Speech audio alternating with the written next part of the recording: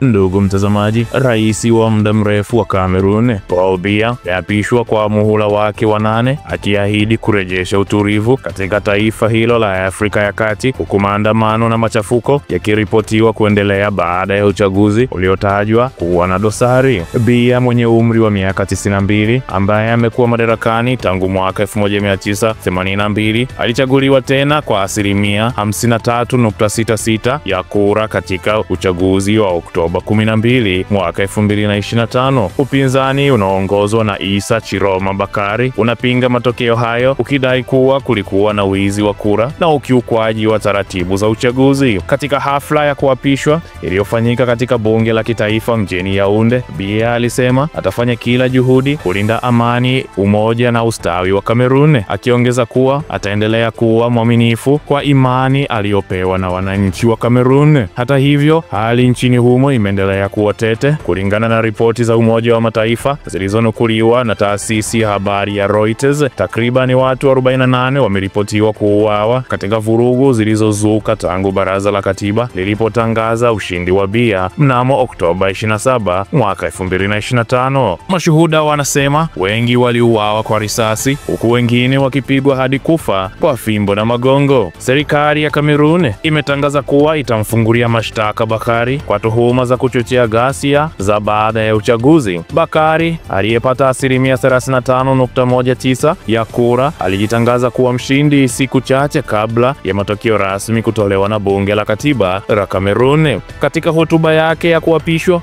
Biya aliwalaumu wanasiasa wasio na uwajibikaji kwa kuvuruga amani ya taifa la Kamerun, akisisitiza kuwa ni jukumu lake kuhakikisha utulivu unarejea. Naweza kuhakikishia wananchi wote kwamba amani na utulivu vitarejea nchini Kamerun, alisema Biya, ambaye sasa ndiye kiongozi mkongwe zaidi duniani anayehudumu madarakani. Biya aliahidi pia kuimarisha vita dhidi ya ufisadi, kuongeza uwekezaji wa umma na kuboresha upatikanaji wa huduma muhimu kama maji, umeme na afya. Alitangaza mpango maalum wa ajira kwa vijana utakaotoa motisha kwa makampuni yanayowaajiri pamoja na miradi ya serikali inayolenga kuunda nafasi za ajira. Aidha, rais huyo aliahidi kuendeleza operesheni za kijeshi dhidi ya makundi ya kigaidi na kushughulikia mizozo ya wanaotaka kujitenga katika maeneo ya kaskazini magharibi na kusini magharibi, ambako mapigano yameendelea kwa zaidi ya miaka 7. Wachambuzi wanasema hatua ya Biya kuendelea kushikilia madaraka huenda ikazidisha mvutano wa kisiasa na kijamii nchini humo, hasa ikizingatiwa kuwa ametawala bila changamoto kubwa kwa zaidi ya miongo 4 tangu kuondoka kwa mtangulizi wake Amadou Ahidjo mnamo mwaka 1982. Kisa cha Kameruni chini ya utawala wa Paul Biya kinatoa funzo pana kwa bara la Afrika, hasa kwa mataifa ya Afrika Mashariki yanayokabiliwa na changamoto zinazofanana kuhusu uongozi wa muda mrefu, uhuru wa vyombo vya habari na mustakabali wa demokrasia. Kwanza, madaraka yasipowekwa mipaka hata kwa hoja ya utulivu huzaa mfumo unaotegemea mtu mmoja badala ya taasisi ya kitaifa. Pili, uhuru wa vyombo vya habari ni uti wa mgongo wa uwazi wa kisiasa. Katika mazingira ambapo wanahabari wananyamazishwa, ukweli hufunikwa na propaganda na wananchi hukosa taarifa sahihi kuhusu uhalisia wa taifa lao. Afrika Mashariki inaweza kujifunza kuwa vyombo huru vya habari si tishio kwa serikali, bali ni kioo cha ukweli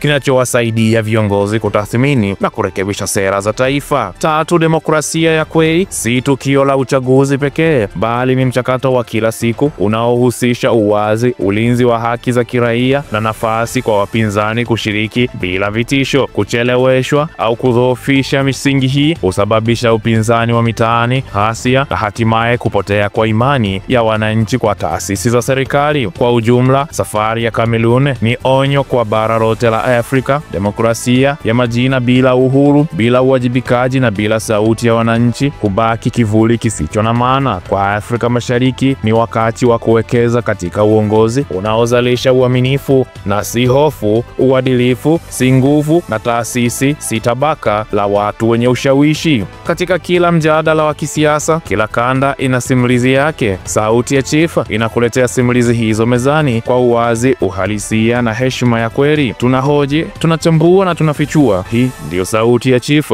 Hii ndiyo sauti ya wananchi. Ndugu mtazamaji wa Sauti ya Chief, tunaendelea kukukumbusha kuendelea kufuatilia taarifa zetu huku ukitoa maoni katika ukurasa wetu wa comment section.